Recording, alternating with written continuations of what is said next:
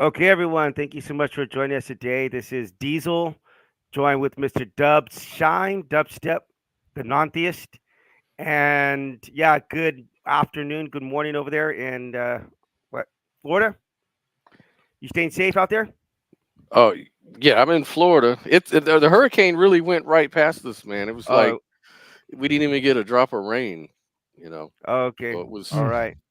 Well, we amazing. got a very special guest today, Mr. Matt. Is it Lights Follow or Lights Follow Matt? What's the Uh, name? yeah, no, just Matt of Lights Follow, of the band Yeah, Lights Follow. I got a serious bone to pick with you later on, but I don't want Oh, to start this. I Yeah, love it. we'll get right into that in a minute. But where are you calling out of? Nashville. Nashville, Nashville. All right. Yeah. By You the way, like you what some time is it there? You're in South I Korea, just right? woke up. It's 7 a.m. It's 7 a.m. Oh man, I'd And have like three yeah. cups of coffee beside me, just All right, lined this up. is number two right now. This is number two. So we'll take a little Oh, there, that's a big Jesus cup. There you juice. go. Jesus juice. Um, by the way, do you know what you get when you play country music backwards? What?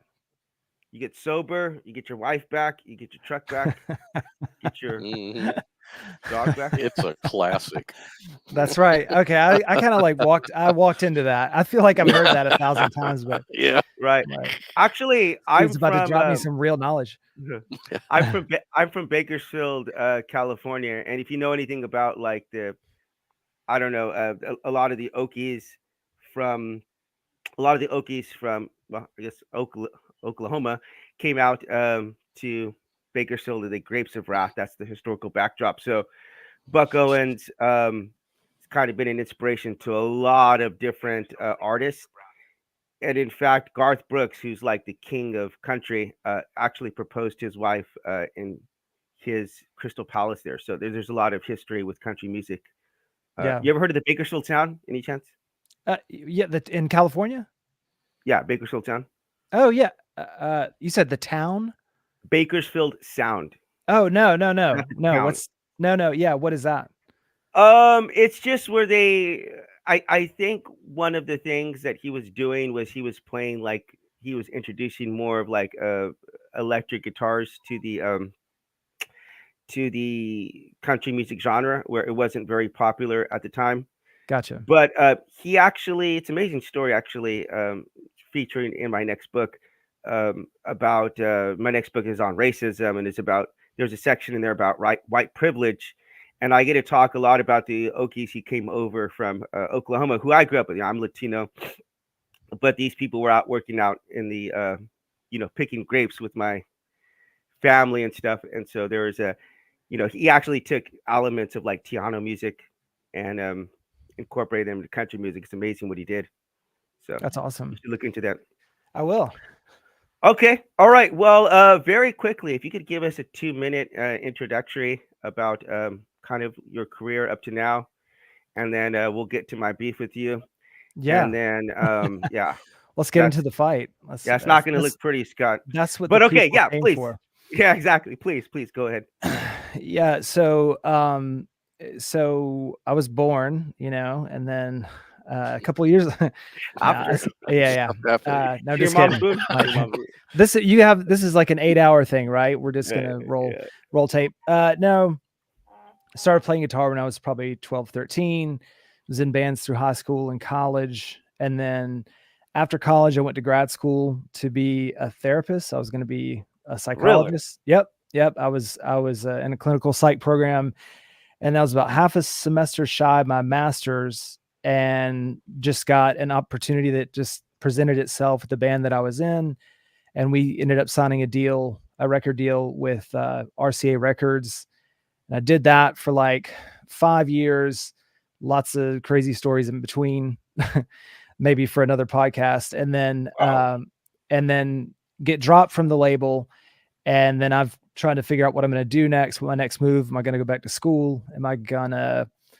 I thought about going to culinary school. I love cooking, Oh, so do I. but dude, I'm so glad I didn't do that, because I ended up working in restaurants and saw how tough it was. Like some of the most talented people, these chefs and these Mm. sous chefs and line cooks. I mean, these people are incredible. Severely underpaid people, severely overworked people. But anyway, so I was in the midst of trying to figure it out. I got a job as a server, which sucked at the time because I was like, thought I was this big deal, having a big, like record deal, and then go, hey, how may I help you? What do you want to drink? You want tea, whatever. Mhm. So that was tough, but it was the best thing for me. It was like the best slice of humble pie that I needed because I was so young when my band signed the deal that I just didn't have a good sense of identity, a good sense of self. And Mhm. that humility was so important in the next phase of my career. And eventually was able to start producing records for other people. And that's ultimately what allowed me to kind of climb back into the music industry full time. And so I've been back in the music industry full time as a producer, writer, and then also an artist since 2014. But in 2012, I met my partner in the band Lights Follow. His name is Gray Griggs. And I was just telling Scott, and I know you know this too, that Gray passed away 3 years ago. Yesterday was the 3-year anniversary. Oh, wow. Yeah, yeah, it's crazy. But yeah, in 2012, Gray and I met, and he just like changed my life, changed the trajectory of my life. And I mean, we can get into that more as the podcast goes, but yeah, he just altered my thinking about it. He altered my confidence, my sense of self. He just was, I can't like say enough about his Wow. impact on on the trajectory of my career as a producer, as a writer, as a, a singer. He just, nobody's had a bigger impact on my career, than he has. And so started doing the Lights Follow stuff. And then, which was sort of an accident too. Like I was saying to Scott before we hopped on, that initially he and I were trying to write for other people. Like we were trying to get songs placed with Rihanna and big artists. We were pitching to big artists, and just quickly realized that game is there's a lot more to that game than just like, hey, I've got a great song, Rihanna, check it out. There's a lot more. I think there's people really, there's a lot of years and sweat, and usually geographical location And baby matters oil. too. Baby oil. We never. I don't think we ever pitched anything to Diddy. So I think we're safe Thank on that. God. Yeah. Yeah, you dodged a bullet there. Yeah, but anyway, so yeah, and so Gray and I we did this Lights Follow thing and started releasing stuff, and a couple of things caught on. We had a theme song on a Netflix show that was this Japanese Netflix show called Terrace House, which ended up being shipped over to the US Netflix, and it just became like this cult favorite, this song called Slow Down. And then that happened, and then Gray passed 3 years ago, and then last year, 2023, all of a sudden I start seeing our Spotify account just out of nowhere unexpectedly spike on this song called Live Your Beautiful Life. Right. And I didn't understand why, but when that stuff happens, I'm always investigating. I'm always like calling somebody to see if a licensing person, if they placed it in a movie and maybe it just got a spike. Cause that song's been placed in shows and commercials. It was on a Toy Story trailer and all this kind of stuff. And so sometimes when that happens, that'll spike streams because people will be aware of the song. And I still don't know what the origin TikTok video was, but something happened where somebody used the song on a TikTok video and it went viral for them into like the millions of views. And then after that, people started using it. And so now there's many, many videos that are millions plus, some 10 million plus. And it's so funny, man. I can make a video with the song and like just can't. Yeah. I can't catch that same sort of viral. It's whatever. It's fine, but I'm happy that they can use it. And the best part is that new people get to hear.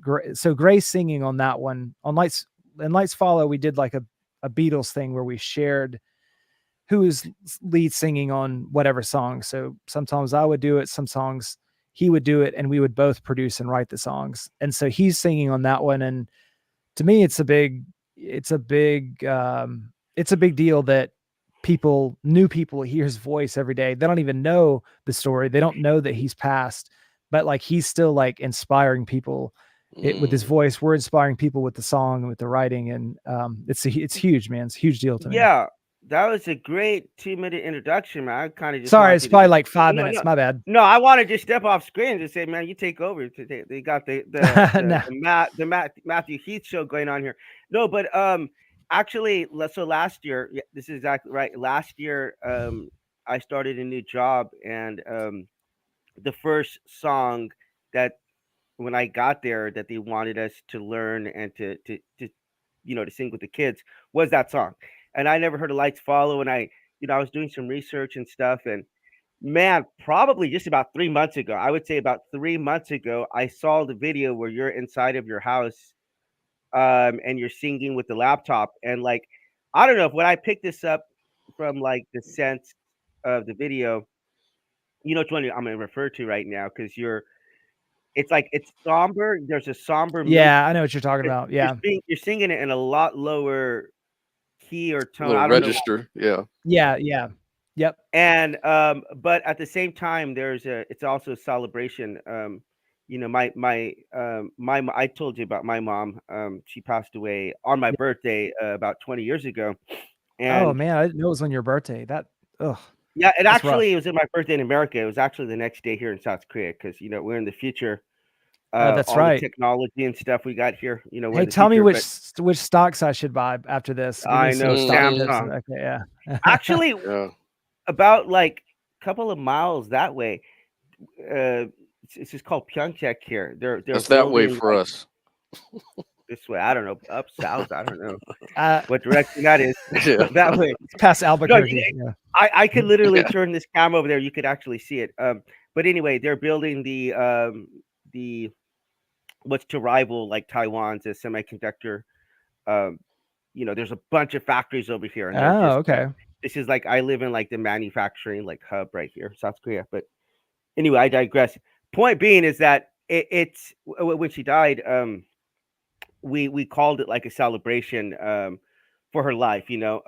There wasn't really even that many people crying. There's like 1,000 people at my mom's funeral. We had a very small Wow. church, but she impacted a lot of people.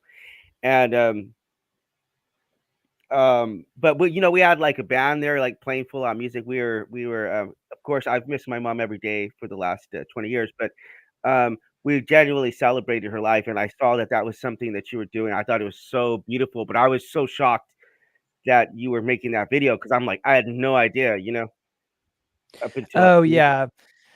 Yeah, I can tell. mean, it's weird. It's so like I did that video. I, I don't. It's like I don't know how to be about that song because Hmm. Gray sang that song, and I feel like it's like sacred ground to like even dare put my voice into it Mm. in like the normal sort of Hmm. way. I mean, I could sing that high fine. I have no problem doing that. It's just kind of like right now I'm working on like a new version of the song with like big string arrangement, like and Mm. but what I'm doing is I'm using his original vocal. So I'm just gonna Oh, use okay. his original Remixing vocal it. take and wrap it around. Yeah, because I mean I could re-sing it, but I it's just important to me that it's him, that it's He his voice. preserved So his voice. Gotcha. yeah, yeah. So like even doing it in like that lower register, I'm like, I don't know, I don't know how I feel about this. So I guess maybe part of the reason I did it was like maybe like the sort of somberness. I think on that post it was just like, even though somebody's passed, and this is true about him. Like I think something that I said was that he passed when he was 35, but he lived more life than most people that are 80. He Hmm. really did. Like, Hmm. how certain people will just, Hmm. and I'm guilty of this myself sometimes, because I deal with anxiety a lot. And I feel like a lot of people, they they're not present, right? And it's hard Mhm, for them to be mhm, present. It's not even their fault. It's this, they have afflictions, they have things that are pressing down on them. They're having trouble coping or learning how to deal with it. mhm, mhm. And I feel that, it's like if we're not present in the moment, we kind of lost it a little bit. Mhm. We kind of lost that moment. And so he was a very present person. And Wow. so I really meant that. What I said in that post is like it really felt like he lived more life than most people that pass of old age. I wasn't Mhm. just like, to me, it wasn't just hyperbole. Like I really believe that. And yeah, so I'm glad that you like that. And man, that's tough that you lost your mom on your birthday. I mean, does that mess with you every year on your birthday, or is it You know what? like, are you able to sort of celebrate it or? For the first 10 years, it did, but, I think I got to the point where, well, you talked about not being present and stuff. I was literally like that point. In fact, after she died, I had to go to Thailand, use every drug I could get my hands on to try to Mm, ease what I was going through, went through, like, a mental breakdown. But, I think I've got counseling, and through counseling was the first time I actually dealt with it, you know what I mean? Because it was yeah. so traumatic, I just had to, like, brush it aside, but, no, it's, now I have a daughter now. I actually met the mother of my daughter 3 years to the day after my mom passing. So I met her on my birthday, Oh, and, nice. yeah, Mm. so now I have a whole 'nother chapter of my life with my daughter, which I wanna That's like talk to you. very serendipity. That's great. Yeah, Yeah, it's yeah, it really is. great. I do Yeah. wanna talk to you later on, but I'm gonna take myself off the screen for 10 minutes and, give, electrolyte. Is it electrolyte? Electro live. El Live Oh, as light, in okay, living. okay. The Okay, living. alright, so I'll see you back in 10 minutes, and then we're gonna rehash up this beef. Yeah, It man. does That's what have I to was be wanting to hear. It is standard in South Korea, though, just so you know. You Mm. probably know where I'm going with this, but yeah, we'll I get there. think Alright, maybe, yeah. okay. All right, we'll get into it. Yeah. So the music business and everything that you've kind of experienced, losing, your friend and bandmate, and what how has this affected like your overall worldview at this point? The first iteration of my career when I was in the band was called I9. I was the bass player in that band. And we are like our big, like our thing that was sort of unique was we had a cello player and we had this phenomenal female singer. She's still phenomenal. They're still great, great players. And so I I was in that band and I would say that it was easily the most stressful time of my life. Easily Mm, what it should have been like, some of the best. It's like, "Oh, great, you signed a record deal," like um and but the process that we went through with all that, right? The process, like initially it was all good. We met with a bunch of labels, and ended up in a bidding war deal with mhm, labels. So we sort of got really fortunate in that way, and sort of had our pick of who we wanted to sign with. And it's like you've probably heard this before, but it's once you sign a deal, the pressure's on, and the more money mm, that you take for the deal, the mhm, pressure's even more, right? Which, mhm, it's like we're like our very early 20s when this happens. And we understand that, but there's also this part of you that's like, that's sort of just off and far off land because mhm. you've never like experienced that.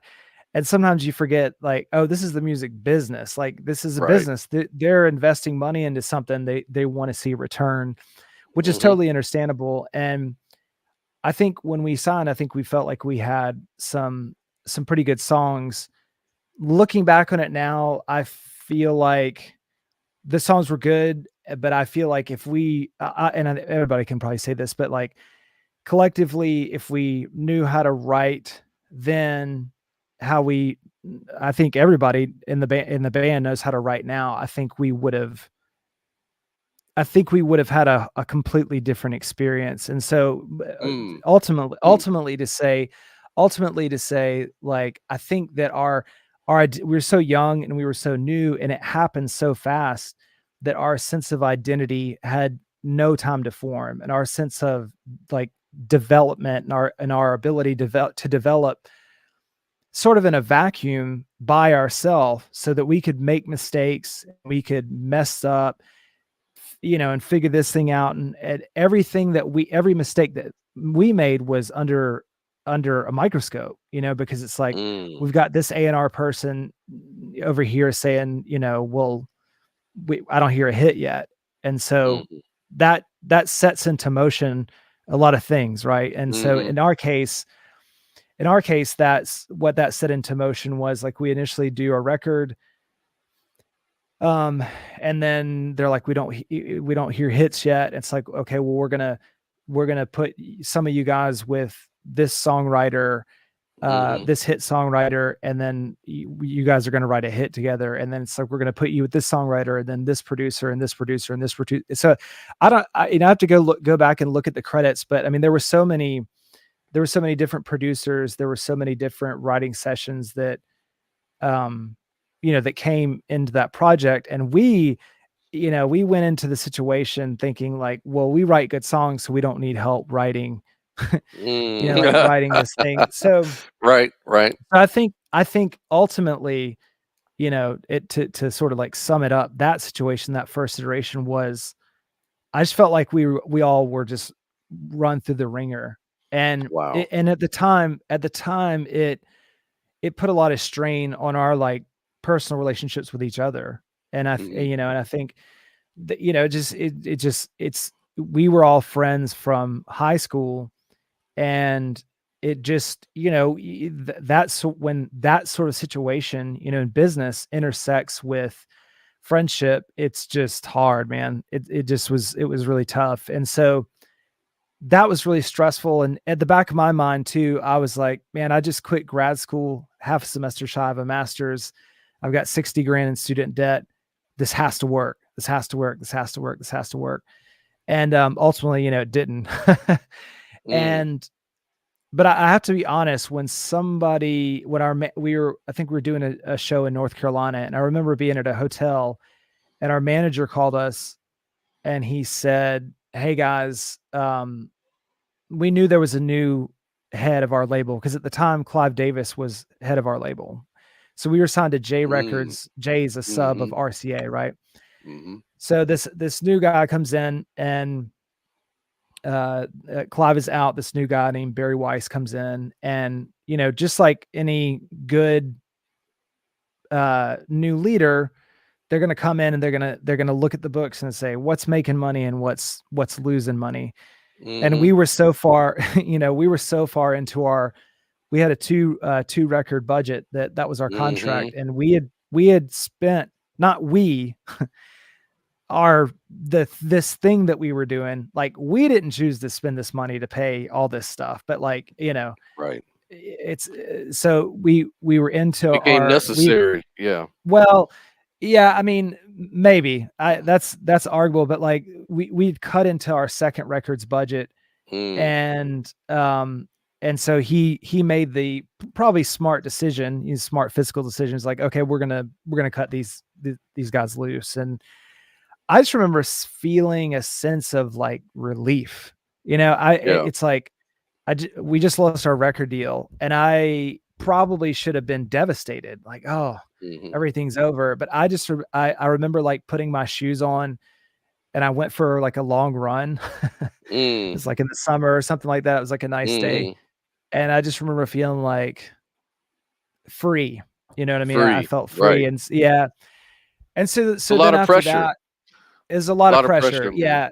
And I think, and again, like the interpersonal stuff too, it's like us being at odds with each other was hard too. That in itself was hard. And yeah, so, and I feel like I wasn't myself. That was the most insecure version of myself. I didn't even know Mhm, myself or like myself that much, because I think I was just so worried about it, whether it would work out or not. And so that made me into this person that was like not not operating from a place of confidence and writing from a place of confidence, but You know, instead operating out of fear, and it yeah, just was and like going not a into good. success, yeah, like I would imagine if you're feeling like that, um, going into like a really successful, a more, like I've made it, like we've selling, we went platinum, or we've Yeah, sold all these units, and we're on tour, the success is coming.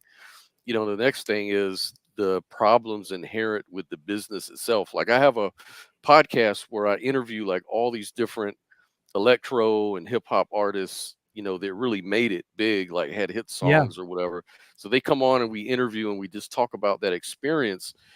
And I don't think I probably met one artist who had a good overall experience, but everyone else yeah. comes out feeling like, man, I feel raped.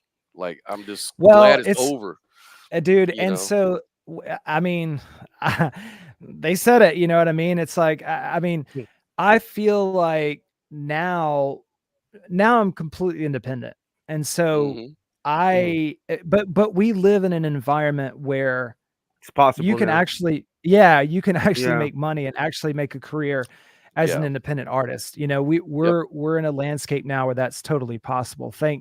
Thank God. Like I'm so thankful for that. But like my big takeaway was, from that situation was I'm never going to depend on other people to be the, I'm never going to depend on other people to like make my career happen, or I'm Mhm. never Hmm. gonna do Mhm. it's, and Right. we had an excellent team. Our manager was amazing.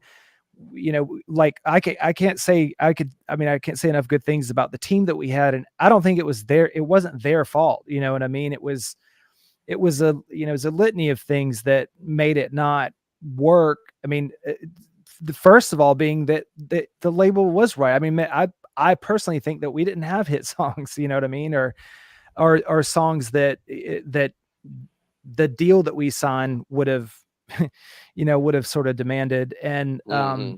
but I realized, and honestly too, we were so young.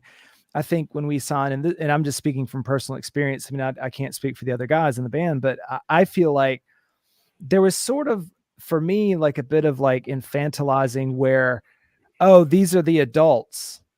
R&R is the adult, our manager's the Hmm. adult, our booking agent's the adult, our business manager's the adult. Like, dude, I didn't pay my own bills. Like I Right. didn't, Right. it's like we had somebody that would do all of our taxes, pay all of our bills, pay my credit card bill. They would just drop a a budget Damn, I'm in my gonna become a checking account. musician.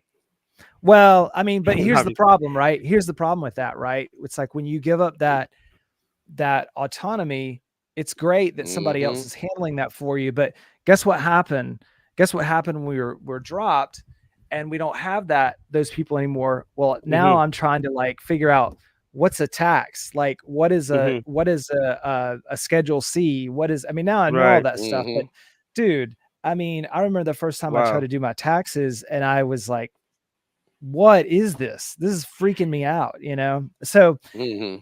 anyway, Hold up. We got a I'm public on service a bit of a announcement. tangent. Oh, okay. Public service announcement. Scott Salt just called for you, and they need to be pounded. So get out of here. All right, Scott. No, he was making fun of my headset earlier. He said the '80s just called and wanted their headphones No, back. no, Right. that's like a gamer headset, I right? got it. Yeah, yeah, yeah, yeah. It is. It Yeah, is it's actually. good. Yeah. Um. So anyway, there's something else I wanted to talk to you about was how do you handle like especially you have multiple different minds but creative creative differences because this is normally the number one thing that bands wind up breaking up over. I'm sure maybe second to money, but there's always like a creative um the creative side of it, and especially if you have the additional element of record companies telling you what you can and can't do. You know what I mean? Sometimes Yeah. you think, oh, this song might be better. You have to go with X, Y, and Z. But I think one of the most interesting stories I ever heard about was with the Eagles because they said it when they were really in their groove that they could have released an album in 2 weeks, and then they said at Yeah. the end it says they couldn't have done it in 2 years. they couldn't have done Yeah. a single album in 2 years. So I'm just curious about that element. Like you have multiple minds on a single project. How does that work out? So you're meaning like when I was in the band that was signed, or you Just talking about at like any point, like, yeah, did you ever yeah, have okay, here's an example because with that song with the song like Live Your no Beautiful with the Life? song yeah. Mhm. I saw where you play the track of think he sent you the melody, and then Yeah. let's say you try to come back with whatever this is, and maybe he doesn't like it, or the lyrics. How do you kind of like Oh, okay, yeah. Well, that seems really that would be so because this is it's hard enough for me whenever I'm making it myself because I want to make a lot of changes to the stuff I do. oh, sure. So I can imagine with another person. So with different people, it's different, right? Hmm. Hmm. With Gray, there was such a mutual respect that we recognized each other's complementary skills and we got out of each other's way. And so Mm. like Gray Gray and when we did stuff with Lights Follow, and anytime we did stuff together, our whole thing, like our whole the way we operated was I wrote all the lyrics, he wrote all the melodies, and we shared the production. Like I would do Mm. half the production, he would do Wow. so in that case, Gray and I just got out of each other's way. And you Wow. know, it just yeah, he was so good at what he did. And sometimes we would argue because I would, not bad arguments, but it would just be like intellectual arguments where he would be like, in his head, rhythmically, he knows what the melody wants to sound like, not just the notes, but where all the syllables fall. And I'm like, well, dude, but if I said this lyric, it would be cooler. And he's like, no, it needs to follow this rhythm. So Mm. you're gonna have to change the word to match that syllable, Wow. which is do you know who Max Martin is? Max No. Martin's like well, look him up after this. Max Martin's he's done hits since like the first Britney Spears songs to now, like to Taylor Swift. I Mm. mean, this is like the hit guy. But I think he has that same sort of MO where he writes melody and you don't deviate from that melody, right? You Ah. and so those were the only arguments creatively that we ever had.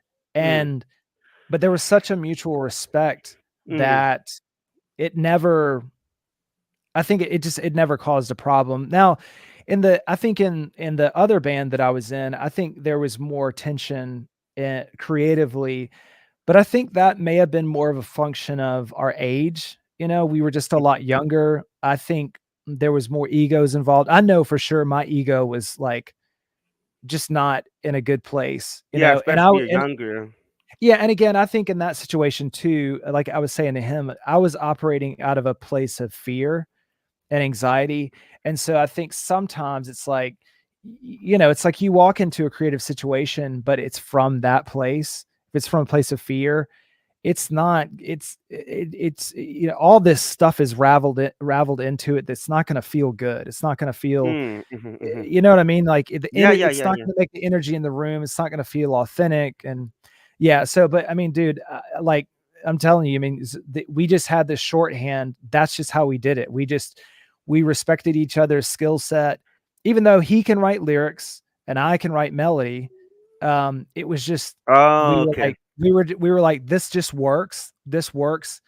I know that you'll do this really fast and it will be amazing. And he respected that I would do the lyrics, and that was it, so that's just how we operated. Yeah. So that's one thing that made our relationship special, because that's like catching lightning in a bottle, where The you can lightning find strike. somebody that you Right. operate so well with, and the chemistry is so good. But I mean, he was also just like a really good friend. Like Right. we laughed so much, and like it Wow. just yeah. That must So, be so hard. That's like losing half of yourself. Like, well, I mean, from the and musical side, like, dude, I had stopped the Lights Fall. I mean, after he passed, the idea of, releasing something else under Lights Follow didn't even, it felt weird. It didn't make sense. And I would have conversations with his wife and say like, I kind of want to do this. but I don't know, it feels weird. And she's like, well, I think it's fine if you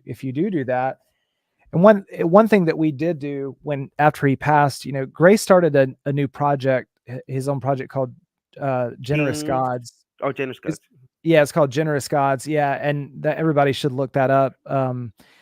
And anyway, he had put out 3 songs, but he had like a whole EP of stuff. And Oh, I sat with Lauren for we did it over a couple of months where we finished his record. We finished his EP really? for, yep.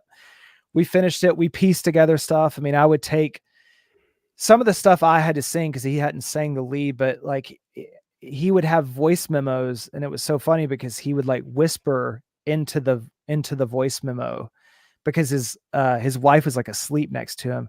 So he'd be like, no, no, no, singing this, like singing a melody to try to remember it. Right. And so I would have to try to piece together what he was doing in the melody, whispering, which is pretty hard. But again, like I knew his shorthand. I knew his style. So like, I feel like if it was me that passed away and he did the same thing, he would be the only person that could finish it because he just knew, like he knew my signature, right? Like he understood what I would do or like the moves that I would make. And I'm not saying I made all the moves that he would make perfectly. And I'm Hmm. sure that like I'm sure that he would probably have notes for sure. Like Gray was a lot more math, a lot more uh, like a lot more rigid. I'm like real loose and ADD and whatever, throwing colors everywhere. But yeah, so I'm on a tangent right now. I don't even Yeah, what it's all right. Welcome yeah. back, Scott. Scott, just there's a verb for what happened to Scott. It's called getting Darth docking. So yeah, You'll be hearing from my lawyer, sir. he got You'll be booted from This the hearing guy from my lawyer, sir. so so so so so Matthew, there is something I want to talk to you about. Or do you go by just Matt? Matt, there's something I either wanted. way, it's fine. Yeah, there's something I wanted to talk to you about because, and it's funny this happened yesterday because like my best friend just told me yesterday that he's expecting his second child, and Oh, that's awesome. yeah, it's amazing, and I got to talk to him about I'm Latino, so are you familiar with like Latino machismo culture? Oh yeah.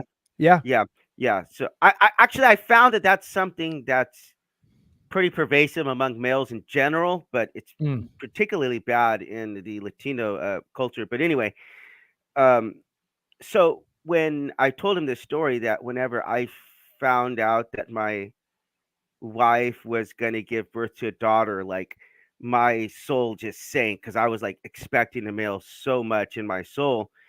And I remember she got so excited. I was in there with her, and I felt like there's no way I could let her see this. So I had to throw on this fake smile and be all happy. And deep down, something like I felt bad about it.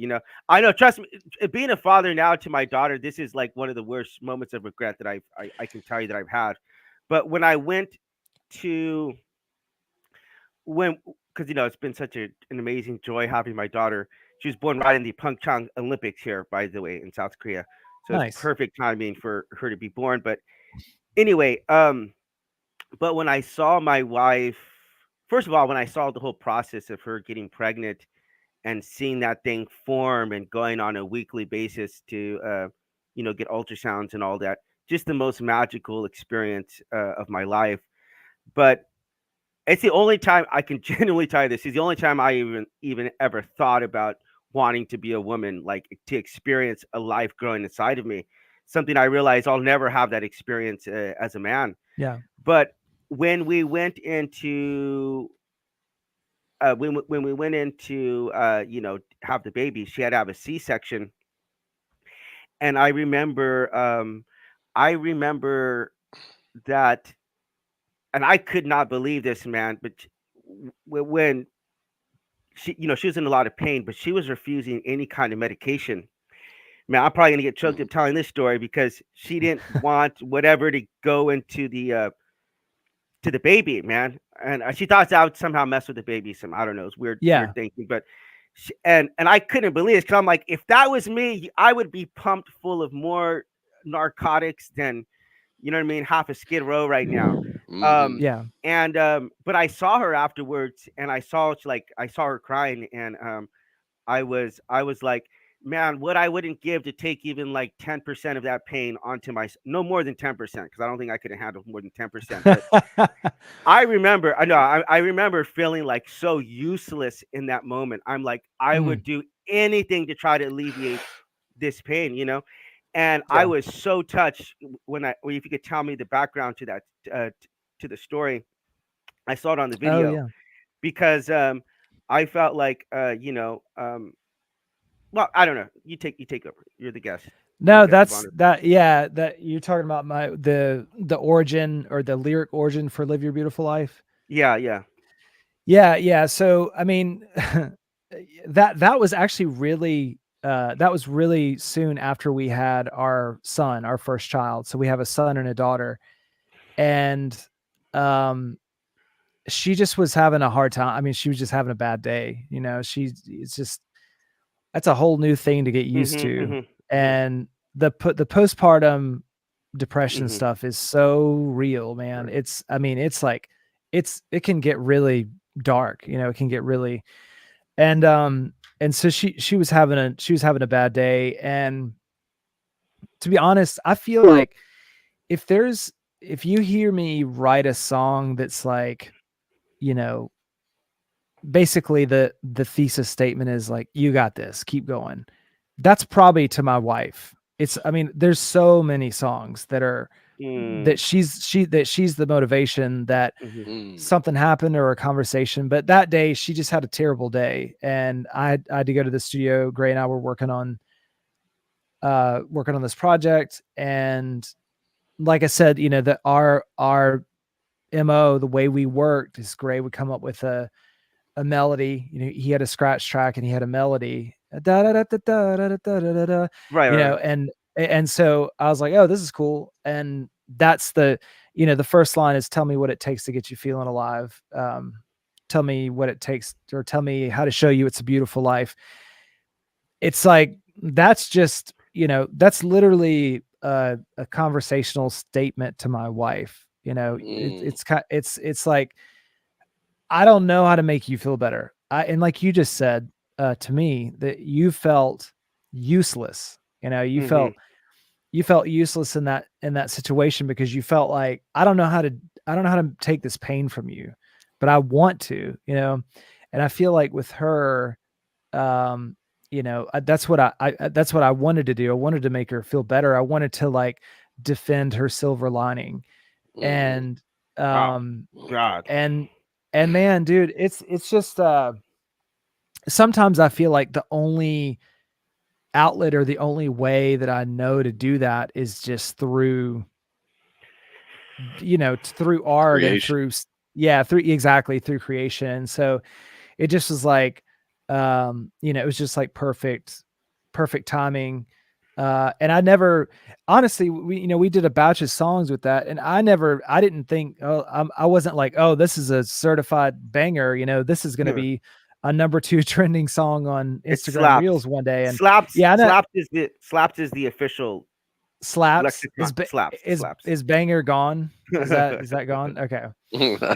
It's very Sigma, as my son would say, or, you know, something like that. But Yeah, I wrote a song called "My Life Sucks," and Isaiah was the inspiration too. So Oh, I know ouch. exactly what you Oh. mean, man. Okay, speaking of Darkins, okay, I muted his mic. He's got now. This is the official Darth Dawkins. No, we're referencing some kind of There's this really toxic. I'm a Christian. This guy's an atheist down here. He's a godless heathen. But there's this really toxic. There's this really toxic Christian guy who's always booting people and dropping f bombs like he's in an actual war and muting people. I mean, so it was an inside joke that okay. we're referring to. Um, just out of curiosity, do you have any thoughts on God or spirituality? Yeah, I'm a Christian too.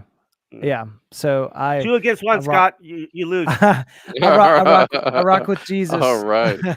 JC. But I mean, you know, like I have the same relationship with my friends that have different beliefs, like the same Yeah. way Yeah. with you. Like we joke about it, and like Yeah, yeah, yeah. yeah, I mean, to me, like, it's just crazy if you can't have a sense of humor and, love everybody. It's like, you believe something different. Okay, so what? Yeah, We still think the same things are I funny, and we know. still, I still love you, and you're still I my friend. know. So that's how I I see it. know. Yeah. Scott and I So since got all kinds of offensive memes all the time, so we can Yeah, laugh at we. each other. I used to be a real hardcore Christian though at one point, but I don't. oh I man, don't. I'm not in. I I'm not so in the want to ask business. questions and I so want to ask, but I mean, yeah, no, but maybe we We could like do come round back two. on We and do just round two. talk about Yeah, that. dude.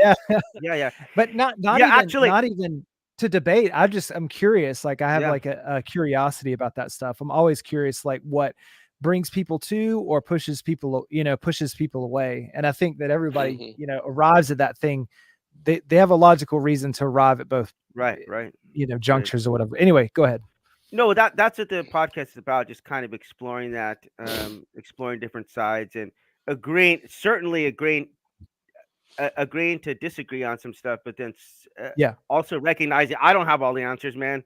I'll be the first to admit that. I mean, I have probably 90% of them, but I don't have 100% of the answers. So Yeah, I and I definitely know how. it, Scott? and being an unbeliever doesn't really necessarily take you out of um the main driver for religious thinking at all. Like, it really Mhm, doesn't. It's just that I think what it is everybody's wired a little different, mhm, and everybody sort of constructs our own reality to some extent. To some extent, mhm. our perception is how we see truth, and whether it resonates with our experience of life and who we are, is going to be different for everybody. And so, for me, like, I don't really hate on Christians or Muslims or whatever you identify as, Yeah, because, like you said, everybody's got their own reasons for believing or not believing, and that's all valid. You know what I mean? totally. I could definitely argue people if people want to say, well, Scott, you're wrong, and we can debate why that's right or wrong. And He's smart. I enjoy doing that too, but that's not my main focus in life to Yeah, dissuade people or abuse people of their Right. beliefs. sure. Disabuse people of their beliefs. Uh, I appreciate Getting that. I back. appreciate that. Yeah. Oh, sorry. Go ahead. Oh no, no, please, please, please. You're the man No, of the I was just hour. gonna say. I mean, I think that, like, that's sort of my, I appreciate that. Like, I think that, and obviously, like, I believe something to be true, and it's like it's not something that I want to, like, um, shove on people. It's like Right. I want something for them, not, and so, Yeah. like, Exactly. there's a difference there, and I Right. appreciate it's like I appreciate the mutual respect. If you tell me, Yeah. like, hey man, I don't rock that way, and I'm just like, okay, cool, but let's just be friends, because Yeah. Hmm. there's tons of other common ground that we have. That's Right. the only thing that, and I wouldn't be that, I would never be that way towards somebody, and that's all I ask, from Yeah. people in return, that they're not, Well. that anybody not be, like, disrespectful or, like, Yeah. Yeah. overly even, so I appreciate that. Well, Scott and I have gotten over that bump because he blocked me for a few years, so we're back on a good track now. But anyway, back to the topic at hand. Um, You just have to so pick on each other. I mean, that's the thing. yeah, You just have yeah, to poke yeah, fun at each other. That's the key yeah. to a good There we relationship. go. Yeah. Yeah. So, all right, now it's time to get to some beef. So you wrote Beef. this is shocking because when I came to South Korea in 2007, Girls' Generation was the number one band, Oh yeah. quote unquote band in South Korea. Yeah. And I think I told you a bit about this. They were giant here, but they couldn't really break into the American audience because just to let you know, like most of these songs, almost all of the K-pop songs, either have like one or two lines, or the chorus is in English. You Yeah. know, Yeah. um, but recently though, there's been a lot more of there's been crossovers. Yeah. So like Selena Gomez did a BTS. song. Yeah, yeah, yeah. BTS did one with Haley or Holly, whatever that the girl's name is. So there's been a lot more I've seen recently, a lot more crossovers with American artists. but then there's also been a push to either put things entirely in English or have an English version or just entirely in English. So I'm just curious about how you got into that, and if you Yeah. tell us a little bit about some of your work. S- yeah, so that was the thing, I was doing that work in like 2012, and that was the thing then too. That was always, anytime I was in a session, that was always the push. So the way I got into like writing, and I haven't written for K-pop stuff in years, but the way I got into it was a writer friend of mine. Her name's Haley Collier, and she did a writing trip to LA, and she's like, we sort of had the same writing relationship too at the time. She does a lot more lyrics now, but at the time she was like just incredible melody person, and she's also an amazing singer too. So when we would do sessions together, like I would usually do the lyric stuff, and she would do the melody stuff, and she was like, you should come to LA and do some of these sessions with me, because my manager set up a trip to LA. And I was like, are you sure? And she's like, yeah, just come. And so we showed up to this producer studio in Hollywood, and the producer's name is Shin. His full name is Hyuk Shin. I'm probably saying that wrong, but I think that's right. you could look him up. I mean, his music group is called Joombas, Joombas music group, and dude, they've done a ton of K-pop stuff. I mean, a ton at this point. They're like go-to people for like SM Entertainment and all those labels. But anyway, we go into a room. Well, first of all, we show up, and I'm with her, but I'm not technically invited. She's like, it's cool, it's cool. You just come with me, just come with me. And I was like, I don't know, are you sure? And she's like, yeah, just come. And so we go, and dude, it was so awkward when we walked in.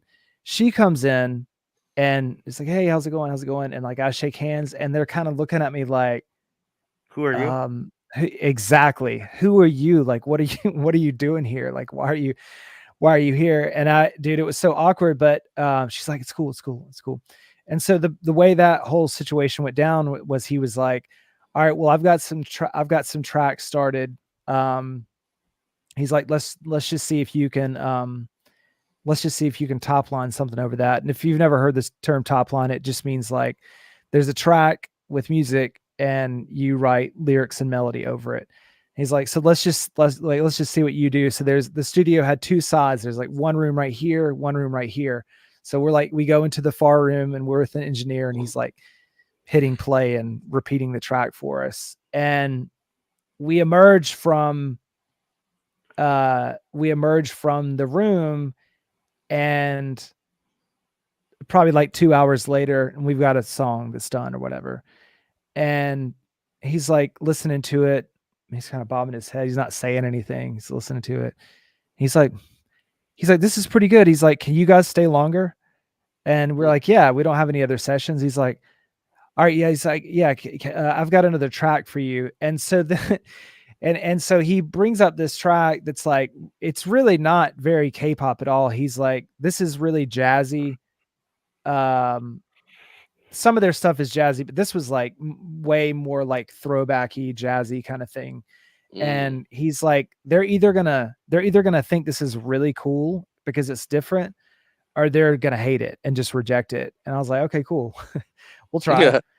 And so we wrote that song. And at the time, I could send you the English version that we cut for the demo, but um the song I think was called like "Oh My Love" or something. But so the way that works is like you write that stuff in English, and then like you just said, a lot of times the hook they'll keep, right? They'll keep the hook in Oh, okay, English, yeah, yeah. and then they'll have a Oh, translator either rewrite the lyrics. They say translator, but usually, I mean, in my experience, a lot of times they rewrite the The meaning, I was editor. gonna say Yeah, they editor. Yeah, butcher stuff like Yeah, they so edit they it. so like because I've sometimes seen what the translation is. I'm like, wow, this is like yeah, really it's different. And yeah, isn't yeah, June Boss is like a publishing company, right? Yeah, well, it's a Like an I outlet they d for there yeah, there's a public they have a publishing arm, but they also do, like, I mean, I don't know exactly, like, what their, whole thing Mhm. is right now because I haven't Well, I done was just stuff in years, thinking if but they go and they edit, if they have translators or whatever to edit, then they may wanna accrue some points or something like that, I don't oh, know. they do.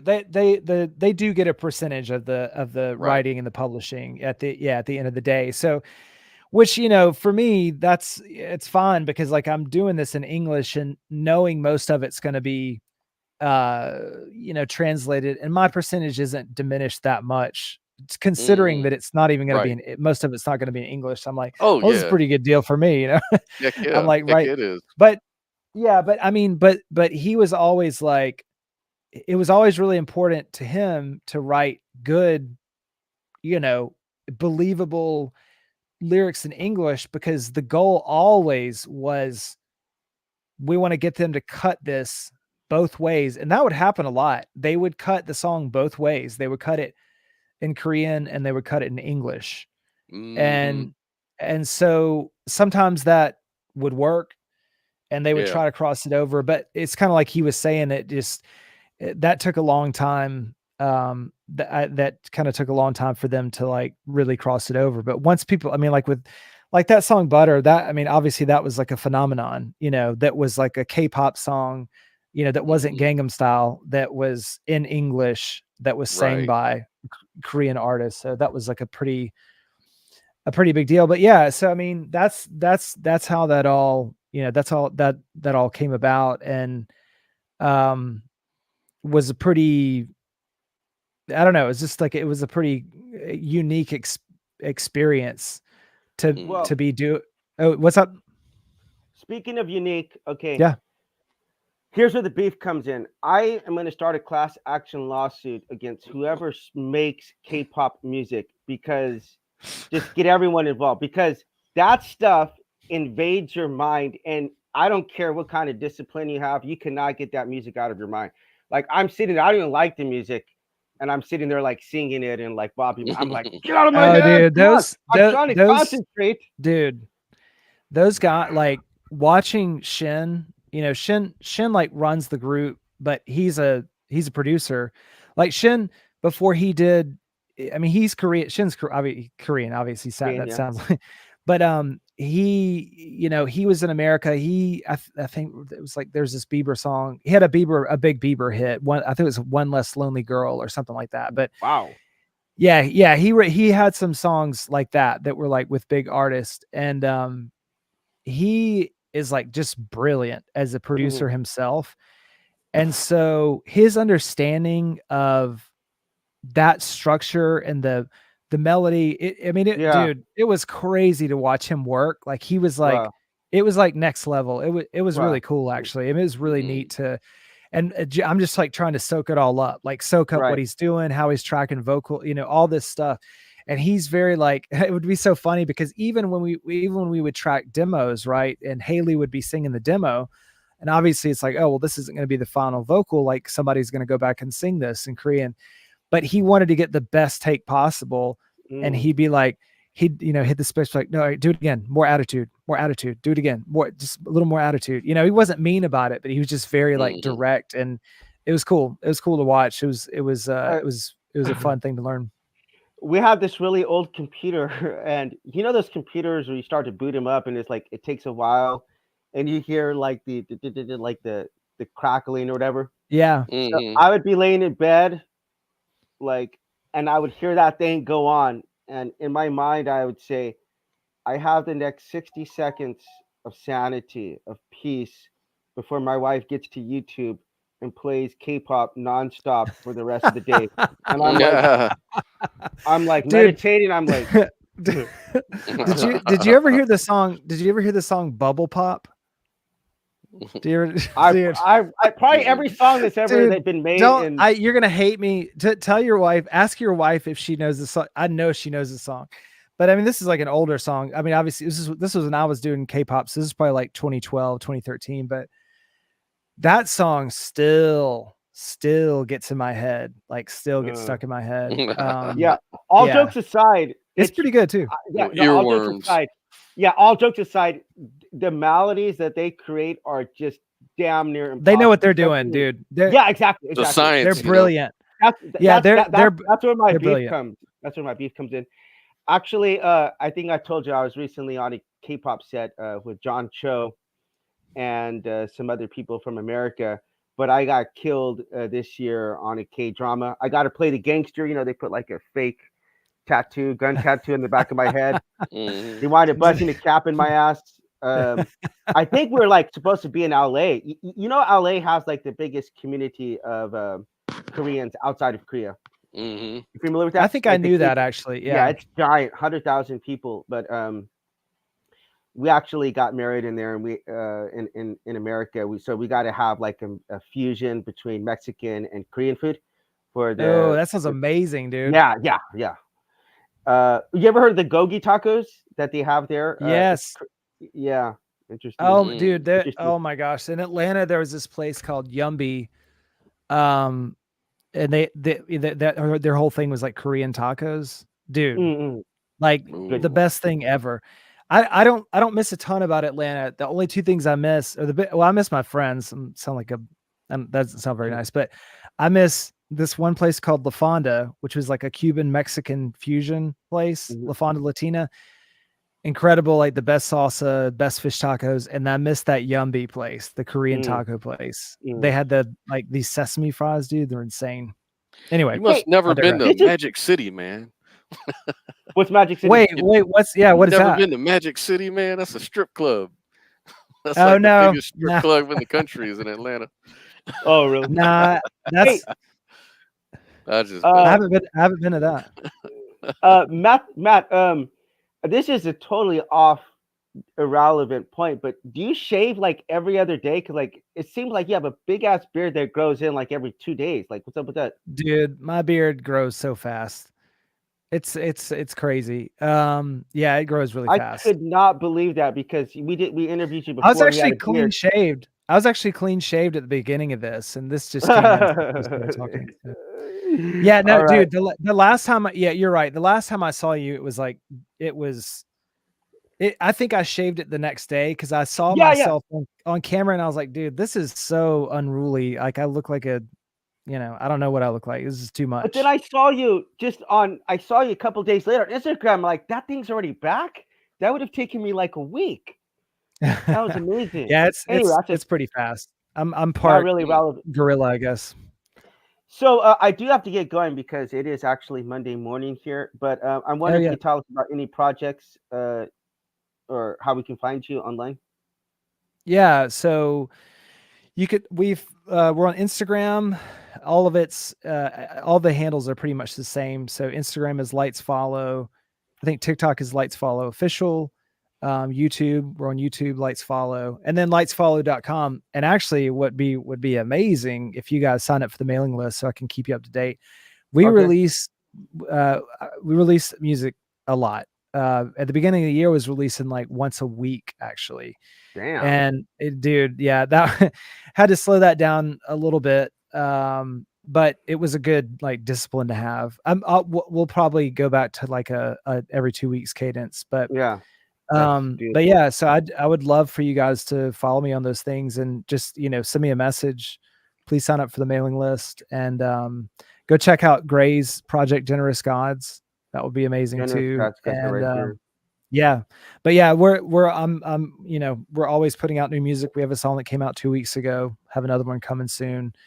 We'll nice. probably put an album out Act- either the end of the year or beginning of next. What'd Actually, you say? I do want just the last thing I want to touch on real quick because Sure. the music you make is extremely positive. There's very positive messaging, and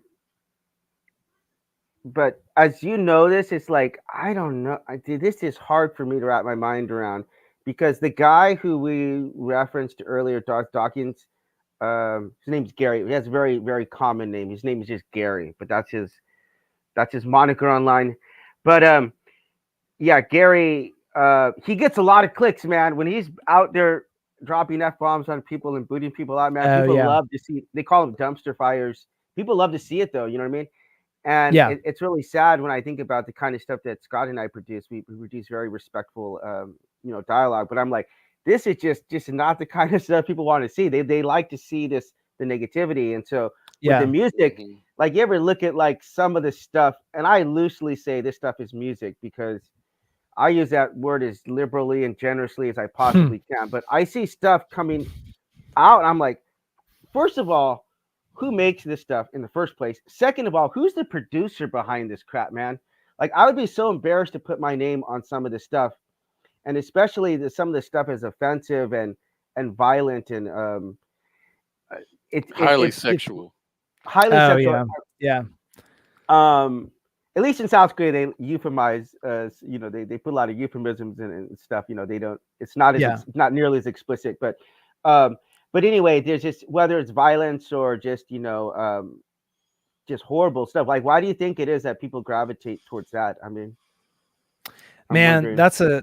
I'd love that you brought that up. That's a great question. I mean, it's interesting and for me from like a strategy or a branding or a marketing standpoint, you know, I feel like I feel that I have a steeper hill or maybe a longer road ahead of me as far as Mm, like growing this because that is the ethos of what this is, right? It's like I'm trying to be positive. I'm trying to, steeper marry hill. mental health and music, and I'm trying Hmm. to, and so I love tension in music. I love music that has tension. I love stuff that's dark. I mean, I love stuff that not like what you're talking about. That's not what I mean, but I just mean like I like stuff that's like sometimes more rockin' or more aggressive or more, like a fight song, Attitude. but not yeah, attitude. There you go. Swagger, attitude, whatever.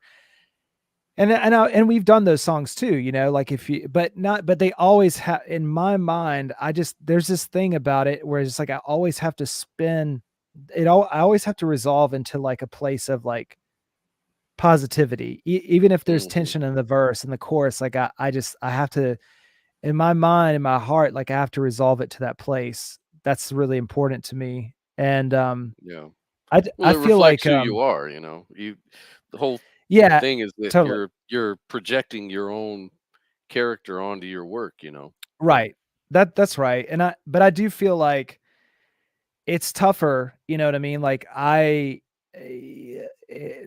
can't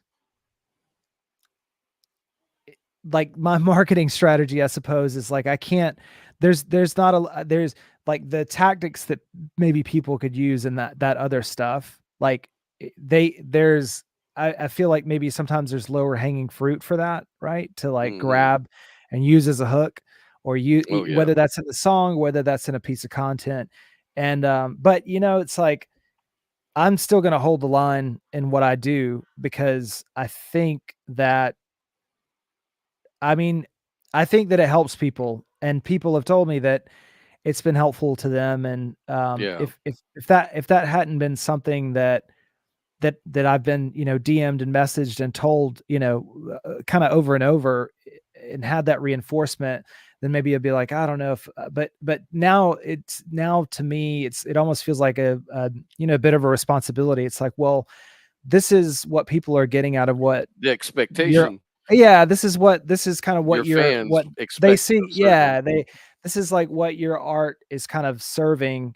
And to me, I don't want to just like, yes, I want to have a career, and yes, I want to make money, and yes, I want to, I want this to all work out. But to me, if there's no level of like service that comes behind it, if it doesn't serve a Right. purpose for somebody else other than just me, Right. then that is The I don't like value. that.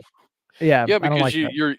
you have your values, and everybody needs to stay true to what their values are. Yeah, Otherwise, they won't be good and passionate about what yeah, they're doing, actually. So it makes a lot of sense. And yeah, from everything I've learned over the years, just talking and interviewing with, people that made hits and, you know, had all this success, is that it's not really worth it if you're not really being yourself. yeah. That's really the That's right. message that just drive home that message Right. every time. It's like, dude, whatever you do, man, don't sell out to these labels. They want you to be the flavor of the month, Yeah. and they want you to say, you know, shoot 'em up, or um, do drugs, or whatever the negative messaging is of the day, right?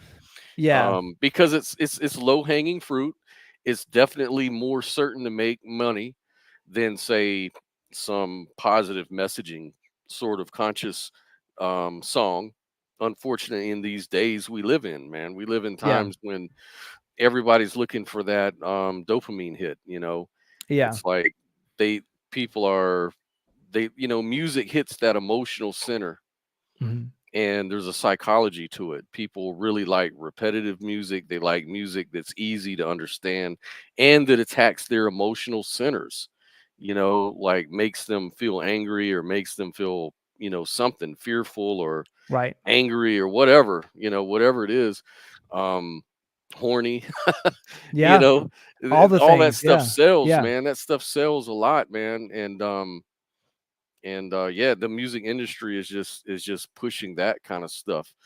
um I've even talked to some of these artists who say they didn't even really want to do that kind of music. Yeah. They're like, I didn't really want to be quite honest with you.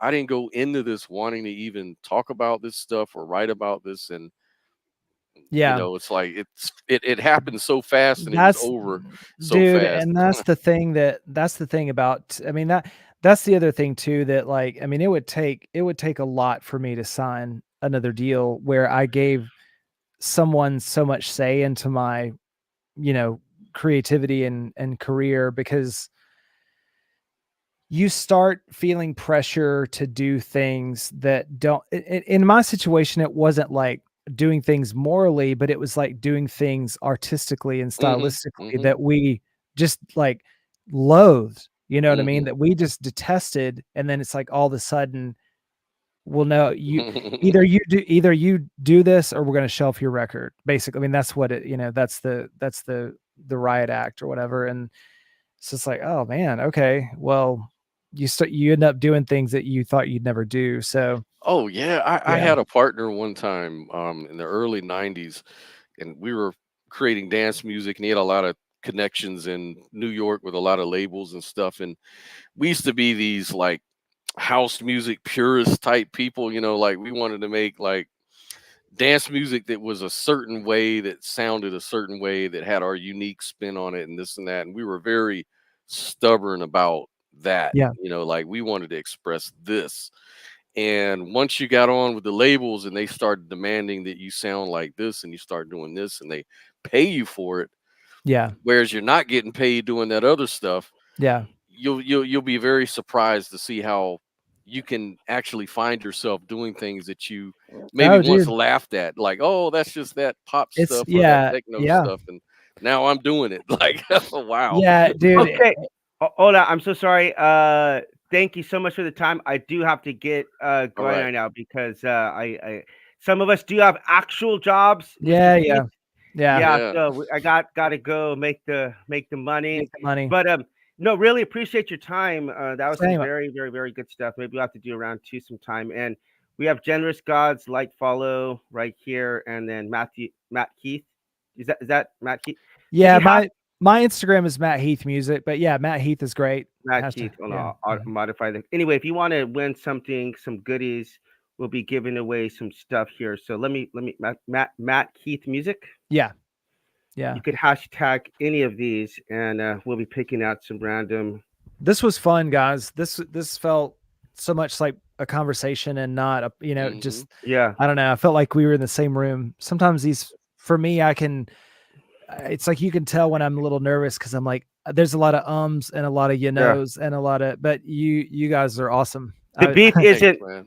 completely settled though, because Uh-oh. I don't think I'm ever going to let that go because I might have some PTS Well, symptoms dude, in the future. I stopped doing it. I stopped Okay, you doing, stop. Okay, so I did. So okay. yeah, Ten years now I'm ago. just focusing on, yeah. So Yeah, 10 years ago. So okay, I can forgive you. I think I'm supposed to forgive people with the I've gospel. I've So. changed my ways. Yeah. All right. Yeah. All right. Well, I'm gonna leave with this outro and hope you guys have a great day and all those um what do they call those, like all Niceties. those, but Tropes. yeah. Yeah. And to quote the late great your bandmate Gray, Yeah. don't let this sunlight go down without you. And don't you realize how lucky we are? We're alive today, and so try to live this day to our fullest. So Love it. you guys All have a right, wonderful man. day, Thanks, and guys. all All right. right.